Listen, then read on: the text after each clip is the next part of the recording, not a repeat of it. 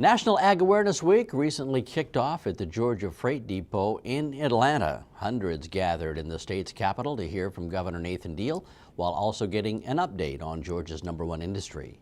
The Monitor's Damon Jones was there. He has the story for us. In Atlanta, you can expect to see plenty of cars, the Capitol, and cows. Well, that was the case recently at the Freight Depot as it played host to the annual Ag Awareness Day, a major celebration for the industry that started from humble beginnings. 7 years ago this year was the first Ag Day, and we're on the steps of the Capitol, and now it's grown from just a few dozen people to now I'm sure we'll have over 1,000 people in Atlanta today to celebrate the food, the festivities, and the family of all of agriculture in Georgia. It's something to be proud of. Those in attendance were treated to food and activities by more than 40 representatives from various commissions and universities around the state. It was a chance to really showcase the industry. Some of our university system partners are here. We're here with some of our regulatory programs to let people actually know what the Department of Agriculture does, how it touches people's lives every day. And so when we're all together, able to come from all walks of agriculture together under one roof to tell our story, there's a dramatic impact on people, and we hope a lot of folks will take some things home with them today they didn't know, and I hope we'll inspire some young people today to pursue agriculture as a career, and that's certainly one of the objectives as well. An objective that seemed to be well received as hundreds of members from both 4-H and FFA made the trip to not only see the world of agriculture, but also taste it, as the event once again played host to the Taste of Georgia contest.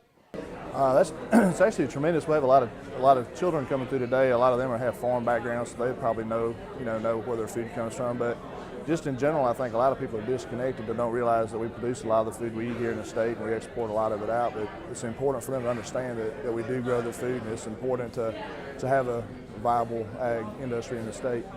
More than 120 products were entered into this year's contest, with 27 earning a spot in this room for the finals. The only requirement entering is the use of Georgia-grown products, which Wolf says really highlights the produce. That's one of the criteria we have for entering the contest, is you need to use Georgia products or have some kind of Georgia theme associated with your product. We're trying to promote, obviously, Georgia businesses as well as Georgia produce and Georgia agricultural products. As for the winner, that would be High Road Ice Cream in Atlanta, who used their brown butter praline to wow the judges. It was just one of many awards given out on the day, highlighted by the state's Environmental Stewardship Award winner Chris Hopkins from Toombs County. It's an honor he says he won't take lightly. For us, it means our conservation efforts are being recognized.